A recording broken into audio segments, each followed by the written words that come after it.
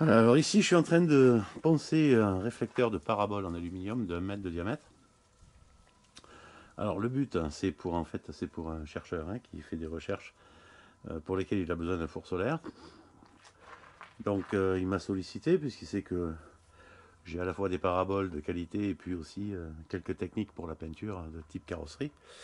L'objectif, c'est d'avoir une surface qui soit en aluminium poli, comme un miroir, mais que ça tienne dans le temps. Si on polit un métal à la perfection et que derrière on le laisse à l'air, ça va s'oxyder et ça brillera beaucoup moins, donc ça réfléchira beaucoup moins la lumière du soleil au fil des jours, et donc le rendement sera très inférieur. Donc là, l'objectif, c'est d'arriver à avoir un état de surface parfaitement poli.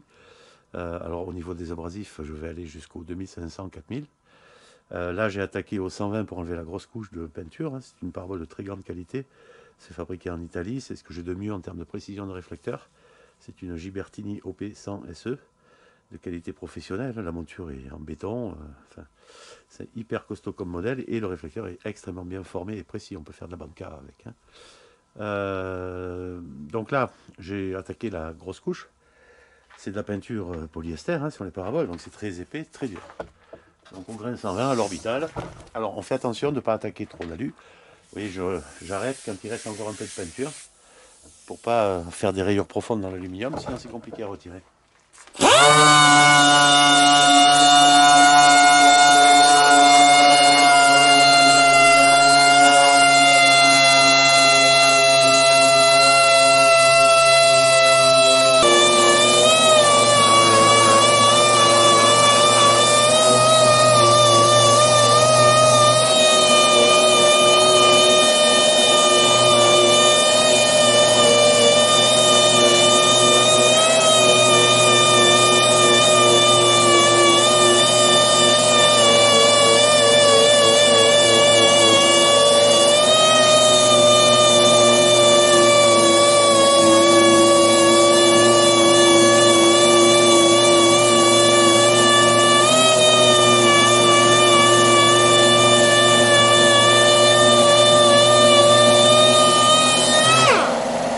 Voilà, j'en ai terminé avec le grain 120. Donc je mets un coup de soufflette et je vais attaquer au double, au 240. Puis je passerai 400, 600, 800. Et ensuite 1500, 2500, 4000. Alors après je ferai des traitements chimiques avec du diluant phosphatant. Et j'affinerai ma finition avant de vernir. Alors le vernis sera très fin, un voile, pourquoi pas altérer la réflexion. Mais un vernis très spécial qui peut s'appliquer directement sur métal nu. Alors bien sûr, bien désoxydé, avec des promoteurs d'adhérence pour que ça ne décolle pas.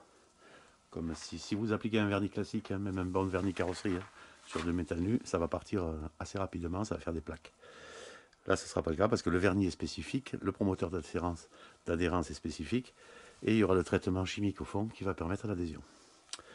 Donc pour faire du bon boulot là-dessus, il faut absolument respecter la rigueur géométrique de la parabole. Donc pour ça, je l'ai placé sur des cartons. Dessous, j'ai mis un gros cercle de papier bulle qu'on se sert pour l'emballage. L'épaisseur, c'est 7-8 cm de bulle, un toron. Je la pose dessus, un toron large qui fait 80 cm de diamètre. Je pose ma parabole dessus et je la tiens serrée, sans excès, avec de l'adhésif, pour pas qu'elle bouge. Sinon, vous risquez rien qu'avec la pression, au fur et à mesure des passages, parce qu'il va y avoir beaucoup de passages d'abrasif. Là, pour faire le polissage, il va me falloir plus de 2 heures. Donc au fur et à mesure des passages, vous pouvez déformer la parabole si vous ne la maintenez pas correctement. Donc voilà, donc après, il faut faire des passes régulières, systématiques, pour surtout ne pas perturber la rigueur et la planéité de ma parabole. Et vous allez voir, le brillant va monter, monter, monter, ça va être un miroir. Voilà, alors c'est une parabole que j'ai poncée jusqu'au métal, puis que j'ai poli et verni, mais le résultat ne me satisfait pas. Donc on va la refaire. Alors, comme on va la refaire, vous allez tout voir. Là, j'ai appliqué un vernis qui tient sur les métaux nus. Très très bon. Très grande protection anti-corrosion, c'est ce que je veux pour que ça tienne longtemps. Le but étant de faire un four solaire, avec une parabole en alu, poli et revêtue d'un léger vernis très transparent qui atterre bien pour que ça tienne longtemps, sinon ça va s'oxyder et ça sera plus du tout brillant. Donc là je vais enlever la légère couche de vernis au 240, puis reponcer à nouveau la totalité pour arriver à obtenir un poli parfait.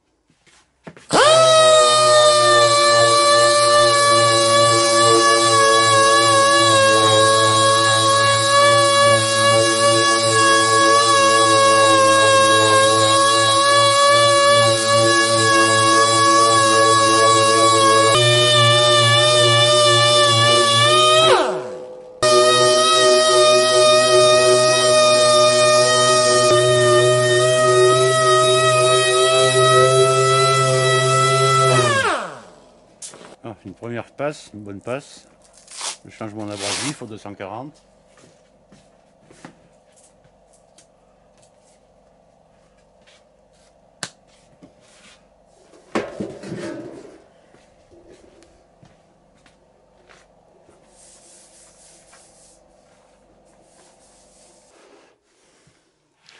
On voit qu'en une passe rapide, il y a des endroits où on est au métal. On couche de vernis. Alors c'est un vernis de très haute qualité. Et très fine, hein, c'est 3 à 4 centièmes à peu près.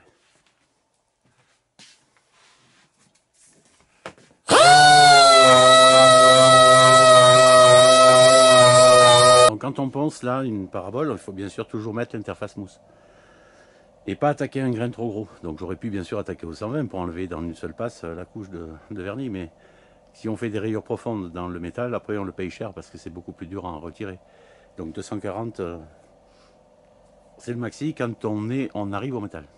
Quand on débute, qui est la grosse couche de peinture en polyester dessus les paraboles, là on attaque au 120, 150.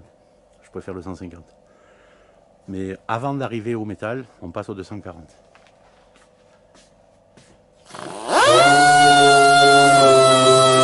J'ai terminé le ponçage au 240, j'ai rapidement dépoussiéré. Je vais passer au ponçage au 400 de la même façon.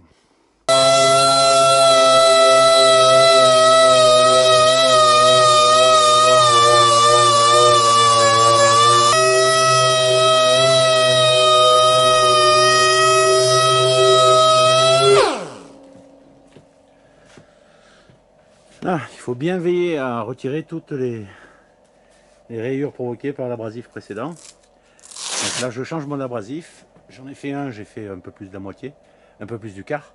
Je vais en prendre 3 autres pour finir la parabole. J'ai terminé de poncer au 400. Ce qu'il faut veiller, c'est bien à ne plus avoir aucune trace de vernis, de peinture, etc. d'après. D'accord, ce qui est le cas.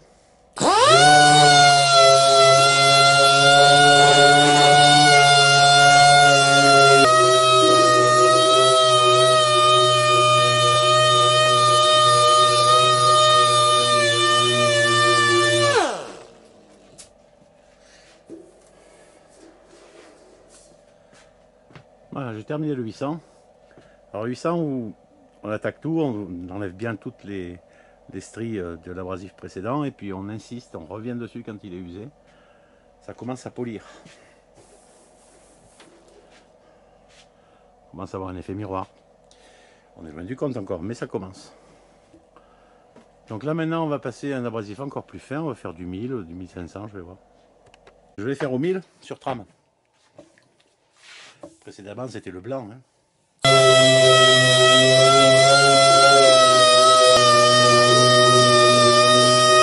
J'ai terminé mon 1000. Maintenant, alors j'ai bouché les trous avec de l'adhésif étanche. Hein, et je verse un peu d'alcool au cœur de ma parabole.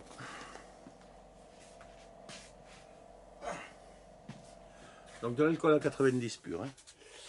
Et je vais poncer au 1500 à l'alcool. Les abrasifs généralement faits pour le ponçage à l'eau. Mais là c'est à l'alcool. On en remet un peu.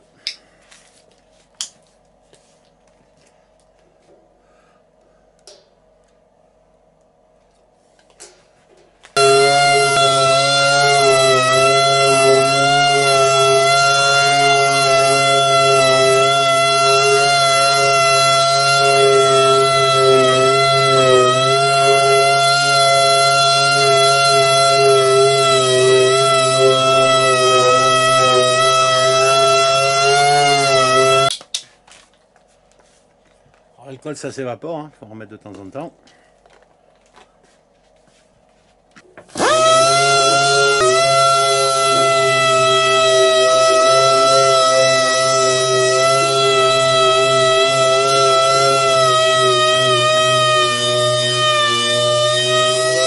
Alors pourquoi de l'alcool? Tout simplement parce que l'alcool ça empêche l'oxygène d'attaquer. Et c'est l'oxygène qui oxyde. Donc en pensant à l'alcool, on va arrêter l'oxydation de l'aluminium, ce qui fait cette poudre noire en fait. Hein. Là on la retire. Maintenant je vais penser au 2500. Donc on va rien nettoyer, on laisse tous les dépôts. C'est de la pâte, hein, de la pâte abrasive. Et on va rajouter du polish d'attaque blanc. Et de l'alcool. Et donc un abrasif 2500 à l'eau. On mélange.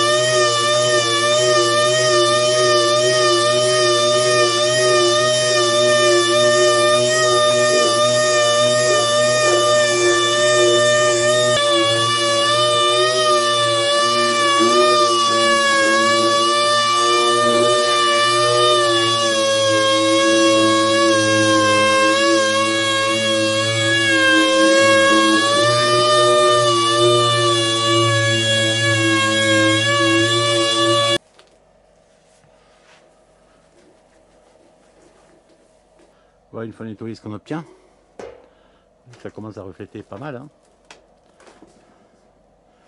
Faut pas essuyer en fait, faut laisser les particules qui vont s'affiner au fur et à mesure, qui vont servir d'abrasif.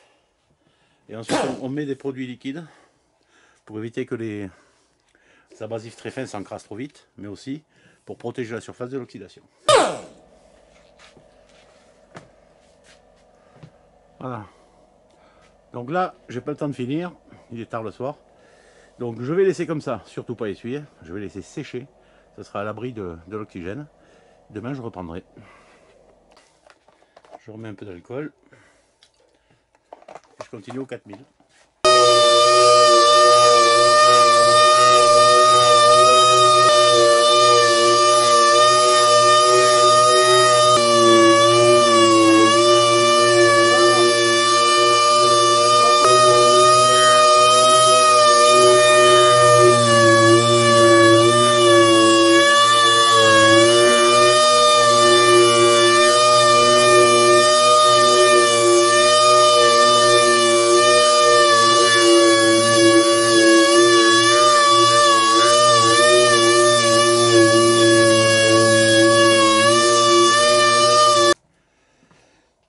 Donc là j'ai attaqué la dernière phase de polissage avec du polish d'attaque qu'on utilise en carrosserie, le Gelson. Alors tous ne feront pas ça, hein. Par contre celui-là il le fait. Donc là j'ai mis du noir. J'utilise la polisseuse rotative, polisseuse d'angle, avec le plateau velcro et la laine. Donc là j'ai passé une première passe, comme on fait en carrosserie sur une carrosserie. Je vais les laisser sécher à cœur, repasser la polisseuse quand il sera bien sec, pour tout enlever, et refaire une passe, et refaire une passe. Normalement en 4 ou 5 passes on devrait avoir un véritable miroir. Vous voyez ici j'ai un peu essuyé. Ça ressemble à un miroir. Donc voilà, c'est la phase un peu longue. Enfin, passer la polisseuse sur tout le réflecteur, ça prend 3-4 minutes. Hein. Le plus long, c'est d'attendre que ça sèche. Mais enfin, ça va sécher en 15 minutes. Normalement, dans 1h30, mon réflecteur est un véritable miroir. On se regarde dedans. Hein. Il faut se voir pratiquement comme dans un miroir. Pas tout à fait, mais presque. Là, mon polish est bien sec. Je repasse ma polisseuse.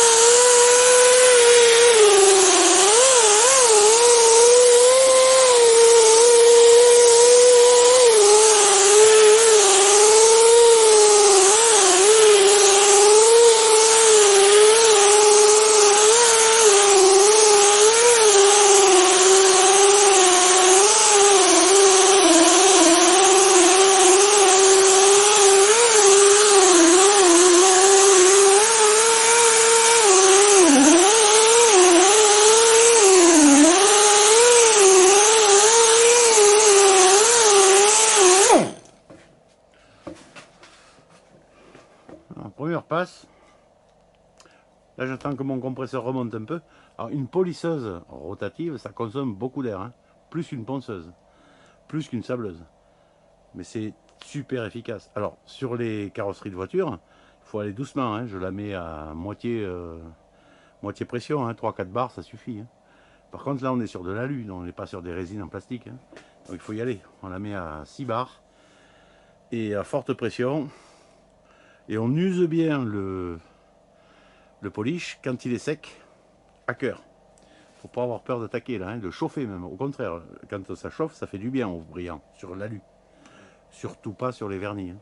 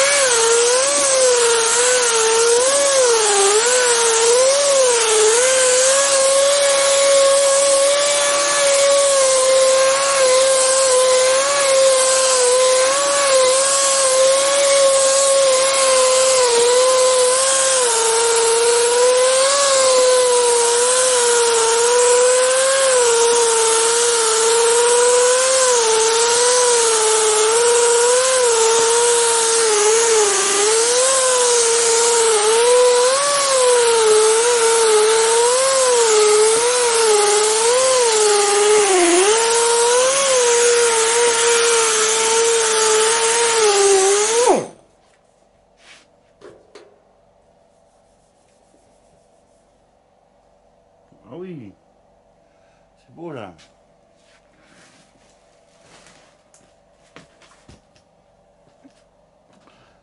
Là.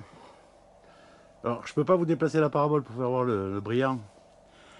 Parce qu'elle est attachée en fait. Hein. J'ai mis de l'adhésif autour pour pas qu'elle tourne. Vous voyez la réflexion de ma main déjà. Hein. Alors qu'elle est sale. Hein. Là on va enlever tous les résidus de polish avant de la vernir. Avec un vernis très très spécial. En fait c'est pas forcément un vernis, c'est une résine très transparente qui va accrocher sur un aluminium poli. C'est aussi ça le but. Hein. Avec cette technique, vous pouvez faire toutes les pièces en alu que vous voulez, hein, et même en acier. C'est beaucoup plus facile l'acier. Hein. Donc si vous avez un capot que vous voulez faire brillant miroir, c'est pas trop la peine de vous embêter avec des simili-chromes. Hein. Vous le travaillez de la même façon et vous le vernissez avec des vernis qui accrochent sur le poli, qui sont des résines issues des nanotechnologies et qu'on appelle céramique, mais enfin tout ça c'est de l'esbrouf. Hein. Des résines qui accrochent sur un métal poli directement, quand bien sûr il sera bien dégraissé, hein, et qui tiennent très très fortement. Ce sont des résines de très haute qualité, qui coûtent un peu plus cher que les vernis, mais enfin, ils ne coûtent pas 3 fois le prix, hein, et qui vous laissent transparaître le métal brillant, poli. Et ça, c'est magnifique.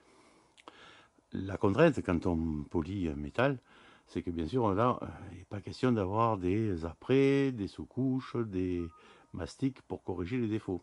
Il faut que votre surface soit parfaite. Mais si vous avez ça, vous pouvez faire des résultats exceptionnels. Alors là, je le fais, vous voyez, au polish de carrosserie.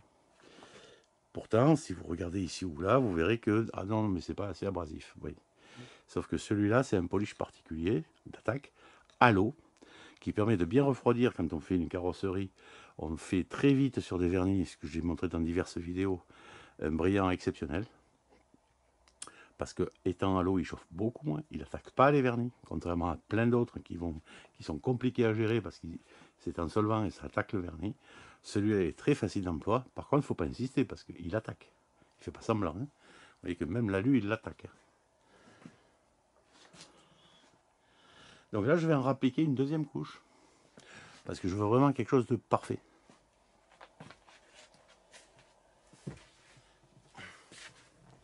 Alors, j'ai essayé plein de techniques. Hein.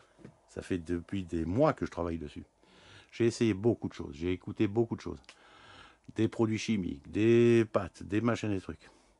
En fait, ce qu'il faut, c'est que moins on en fait, mieux on se porte. Enfin, moins on en fait au niveau des produits. J'ai que du métal nu là et du polish. C'est tout. Et de la laine. Des abrasifs, bien sûr, et de la laine. Dès que vous rajoutez des produits, vous allez faire des réactions avec l'aluminium. Il n'y a rien de plus réfléchissant que l'aluminium naturel. Il faut le laisser naturel. C'est pas comme ce que je fais là, c'est pas comme polir une casserole. Hein. Donc vous faites ça sur de l'alu, ça vous coûte pas cher, ça vous prend du temps par contre, hein, c'est du temps. Vous appliquez la résine donc de traitement spécifique avec les promoteurs d'adhésion, sinon ça ne tient pas. Hein. Il faut bien la formule que je vous indiquerai. Et vous avez un résultat exceptionnel qui durera très longtemps. Sinon le vernis, sinon le brillant il passe si on ne fait pas de traitement.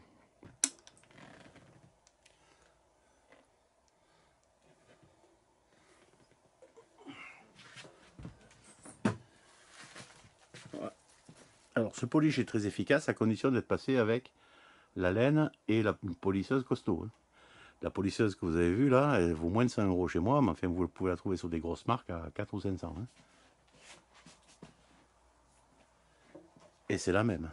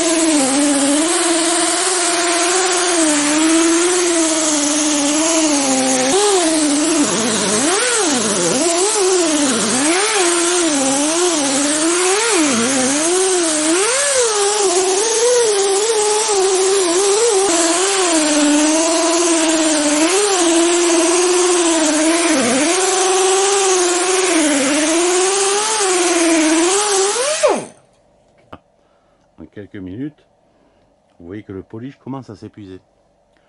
Quand il commence à sécher en fait. Hein. Je vais attendre quelques minutes de plus et le finir. Après on essuiera soigneusement, on verra le résultat. On ne devrait pas être loin du compte là. Hein. Donc là j'ai bien repassé ma polisseuse et ma laine plusieurs fois sur le polish d'attaque. À chaque fois j'ai laissé sécher, j'ai repassé. Ça laisse un voile de résine qui protège de la corrosion, donc on n'a pas d'oxydation. Là j'ai vérifié, je vais en repasser encore.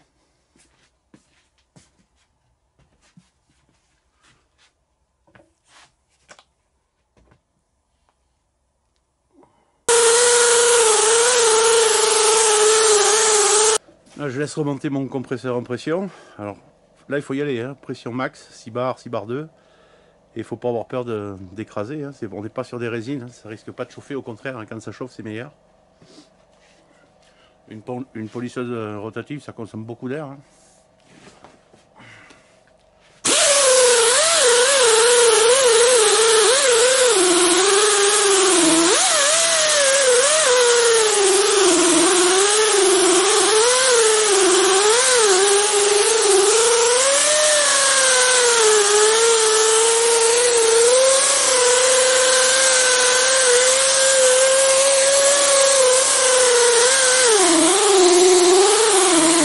Je laisse à nouveau regonfler. Je vais policher jusqu'à quasiment épuiser mon polish. On verra quasiment plus de noir. Ça partira en poussière autour.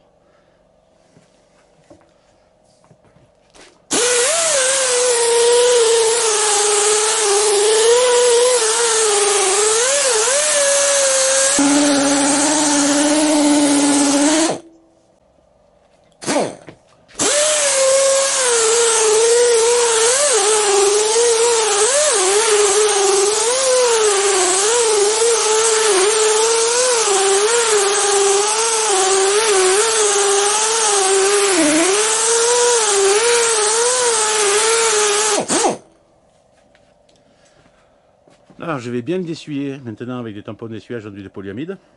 comme j'utilise pour quand je fais du lustrage hein, sur les carrosseries. Et puis je vais passer au polish de finition. Alors d'abord à la laine, je verrai si après je finirai aussi à la roto orbitale et à la finition. Là, je passe au polish de finition.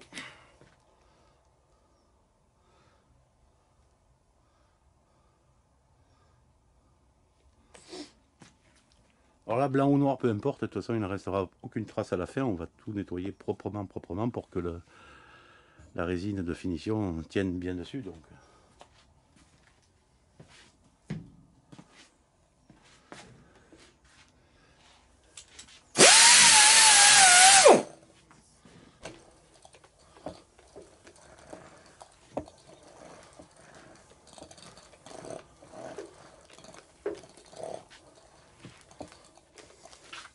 Là je ne change pas le tampon laine parce qu'on est sur de l'alu. Hein.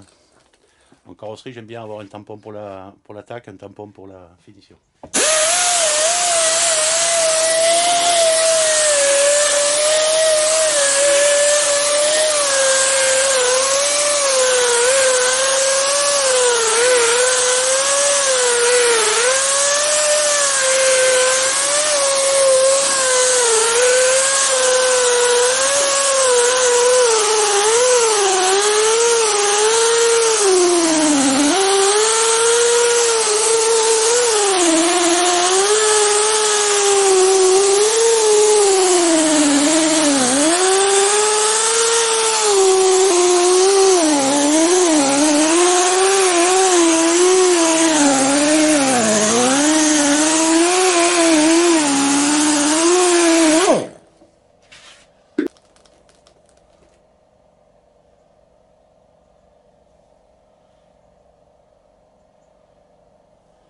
Ça va venir, hein.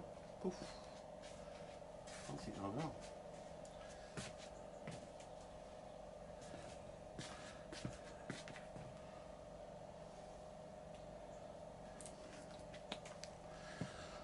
Voilà, là c'est le résultat et j'ai fait un petit essai là. Ça va être canon. Donc je vais passer une dernière couche de finition et ça ira.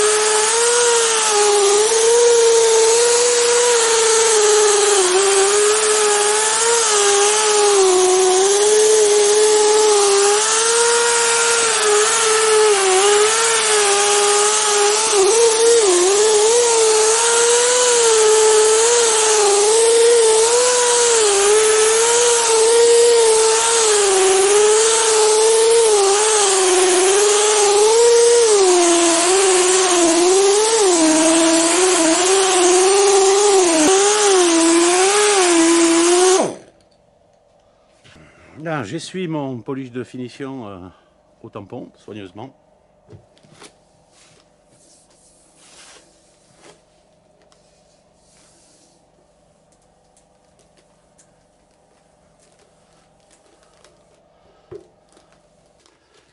N'essuyez pas avec autre chose que ce genre de produit ou alors la microfibre. Hein.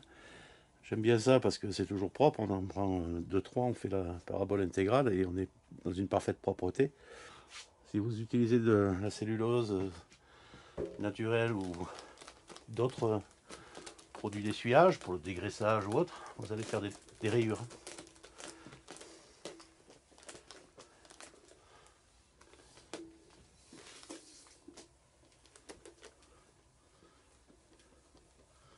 Voilà ce qu'on obtient avec juste un essuyage rapide. Il y a encore un voile dessus. Hein. C'est un miroir. Voilà.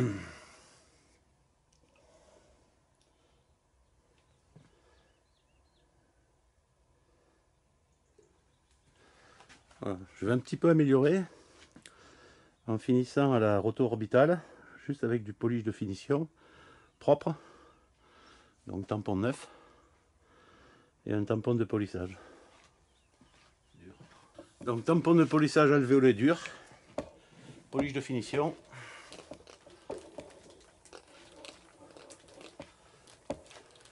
Après ça, ce sera terminé.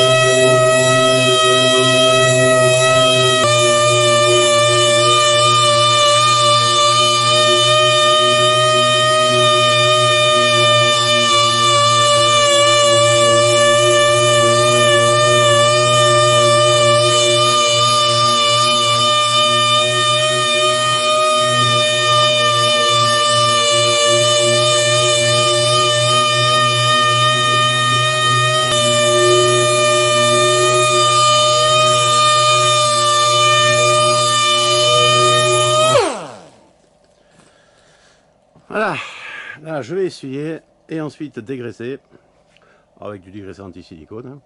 Alors, chaque fois que j'utilise un produit chimique, je fais un test d'abord sur quelques centimètres carrés. Avant de proposer cette vidéo, j'ai fait des dizaines d'essais. J'ai essayé plein de produits, plein de pâtes, plein de choses différentes. Et le résultat n'était pas aussi bon. Et en fait, je ne comprenais pas pourquoi, mais en fait, c'est tout simple.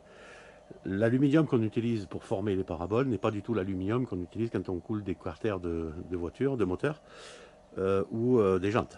C'est un aluminium qui se presse à la presse. Si on utilise un aluminium de ce qu'on appelait le duralumin, ce genre-là, ça va casser. Ça va pas être résilient.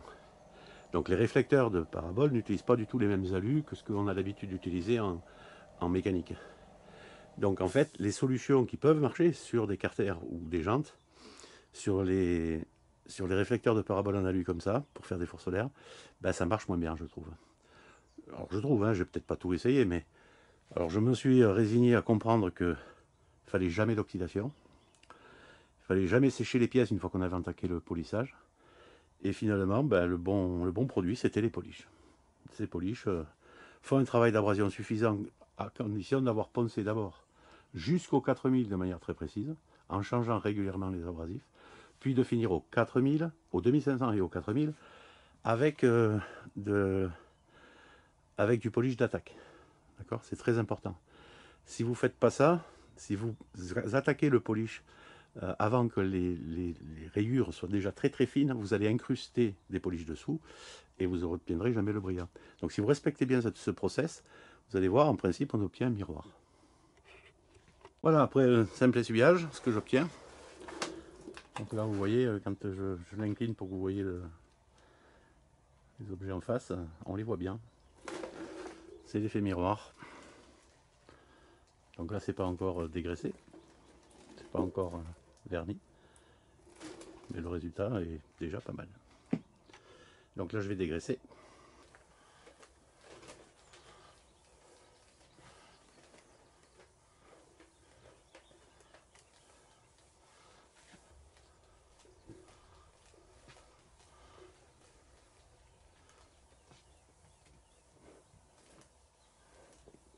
Voilà, pas plus pour l'instant. Je préfère qu'il reste un très très léger voile de résine pour éviter que ça oxyde. Je parachèverai le dégraissage juste avant de peindre, mais pas maintenant, j'ai pas le temps. Donc, voilà. A tout à l'heure pour la finition. J'ai juste rafraîchi un peu ma surface en repassant un petit coup de laine rotative avec un tampon neuf, essuyé, dépoussiéré, et j'applique la laque. Donc c'est une laque céramique 2K qui contient en natif tel que je le livre, un promoteur d'adhésion.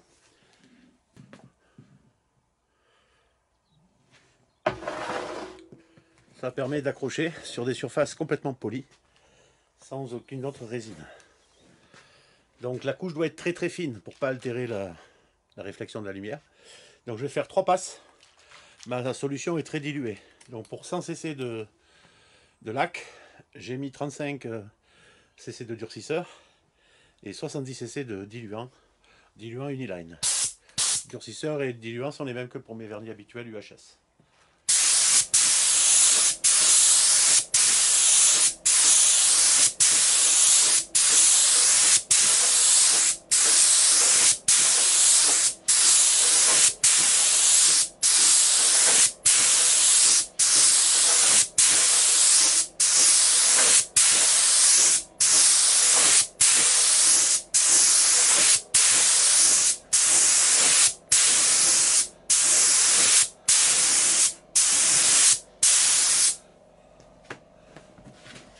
Voilà, le tendu est bon.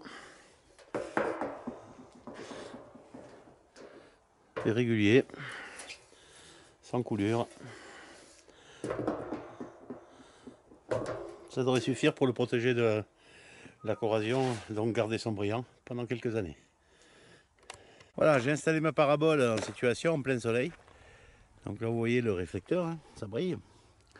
Au bout j'ai mis une source d'origine Ghibertini.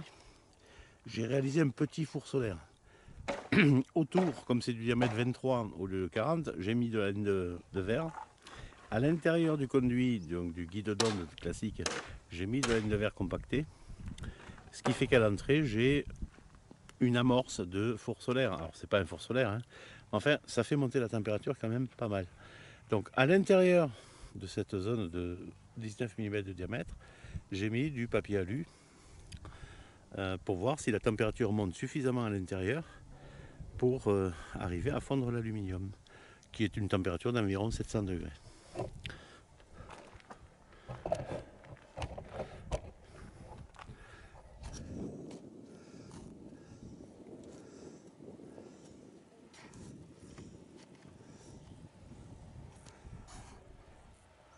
Donc maintenant je vais orienter la parabole pour envoyer le faisceau plein pot sur la zone centrale.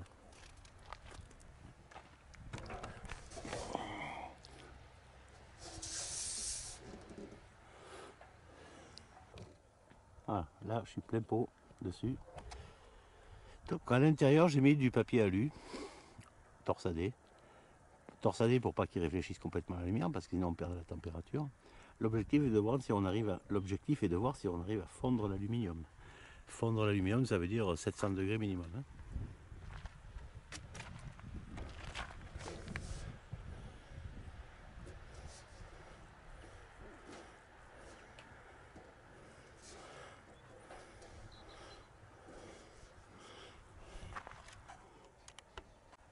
Donc comme la source est en acier, il faut laisser le temps à l'acier de monter en température. Une fois que l'acier sera en température, on va avoir une accumulation de chaleur au centre. Et comme j'ai isolé l'extérieur, enfin la sortie du guide d'onde et le tour au niveau du support LNB, on aura une augmentation considérable de la température au centre. Donc j'ai déjà fait l'expérimentation, hein. On arrive bien à fondre l'aluminium.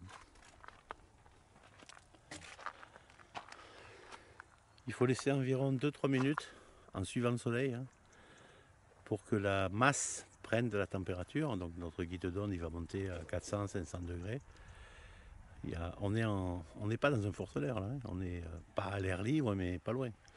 Donc forcément la température est inférieure. Mais enfin, si on arrive à 700 degrés dans ces conditions, dans un vrai four solaire, donc en terre cuite, en céramique, etc., dans la bonne couleur, on va être bien au-dessus.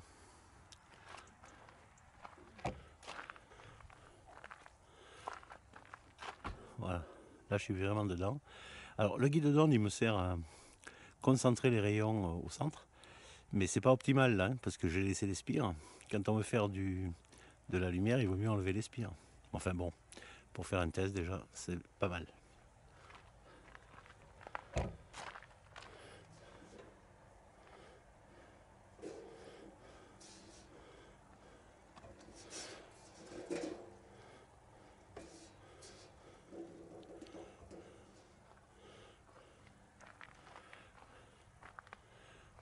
Là, dans les 50-60 secondes à venir, on devrait avoir une amorce de fusion.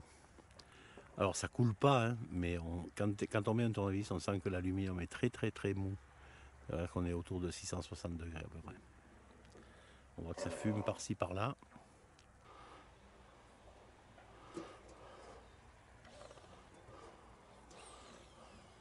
Alors je sais que je fonds en aluminium parce que le support LNB, j'avais laissé le support LNB allumouler directement au contact et ça a fondu. Hein.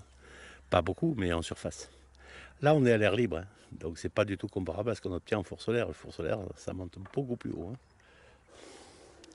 Le soleil est pratiquement au zénith. Vous voyez que les spires à l'intérieur commencent à fondre, hein, à changer de forme. Hein. Vous voyez ça? Voilà, là c'est fondu complètement. On est bien au-delà de 700 degrés là.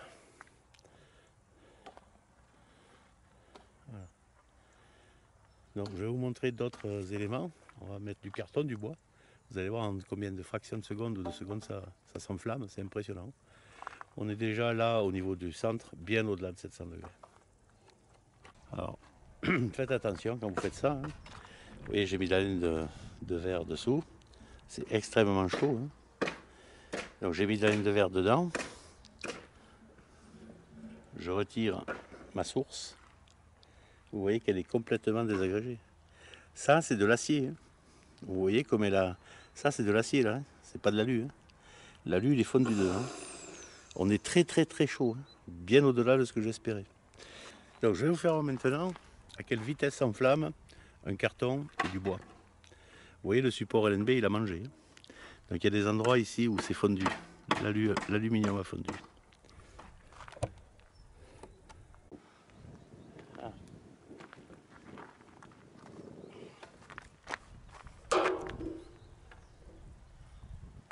Donc là, je vais vous montrer ce que ça donne quand on met un carton. Il s'enflamme instantanément. Quand je mets un bout de bois,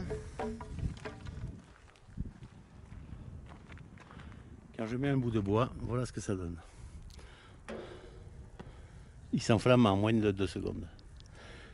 Donc vous imaginez quand vous mettez un bout de bois sur un barbecue, des fois il faut attendre. Là, regardez, il s'enflamme. On a des températures extrêmement élevées. Je pense qu'on est autour de 1000 degrés. En four solaire, on doit monter au-delà. Alors là, le soleil est au zénith, le ciel est clair. Enfin, c'est le but. Alors, là, vous avez le réflecteur qui a été enduit d'un revêtement pour qu'il résiste longtemps avec des résines céramiques, hein, avec une laque céramique. Pour qu'il résiste longtemps à la corrosion. Alors c'est une parabole de qualité exceptionnelle, c'est une Ghibertini sans OPSE, la meilleure qualité, réflecteur extrêmement précis, on peut faire de la banca avec ça. La monture est colossale.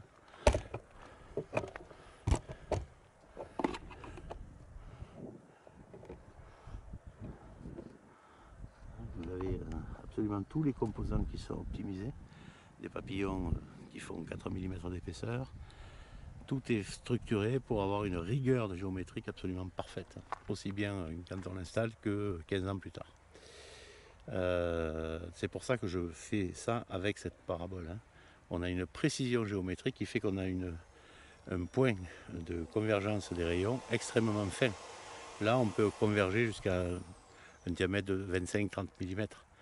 C'est ce qu'il faut quand on veut avoir de la température. Donc, par contre, là si vous voulez ça, je vous la fabrique. Hein. Enfin, il y a beaucoup d'heures de main-d'œuvre, mais c'est autour de 400 et quelques euros la parabole, parce qu'il y a beaucoup de main-d'œuvre. Hein.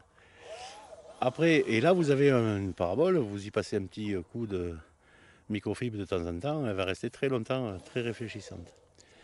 Ça peut faire des fours solaires pour faire bouillir de l'eau et faire cuire du riz. Hein. Dans les pays d'Afrique très éclairés, il vaudrait mieux qu'ils fassent ça plutôt que couper des arbres. À condition d'avoir du matériel qui tienne pendant 20 ans. Mais bon. Par contre là, cette parabole que je vais expédier à un chercheur qui fait des travaux sur les fours solaires, je vais encore l'optimiser. C'est-à-dire que je vais enlever la couche de protection donc, de laque céramique pour la mettre à nu et juste la finir au polish qui va déposer un léger film d'un produit voisin de la cire pour être vraiment à 100% de réflexion, enfin au maximum de réflexion. On ne va pas être à 100%, ça n'existe pas.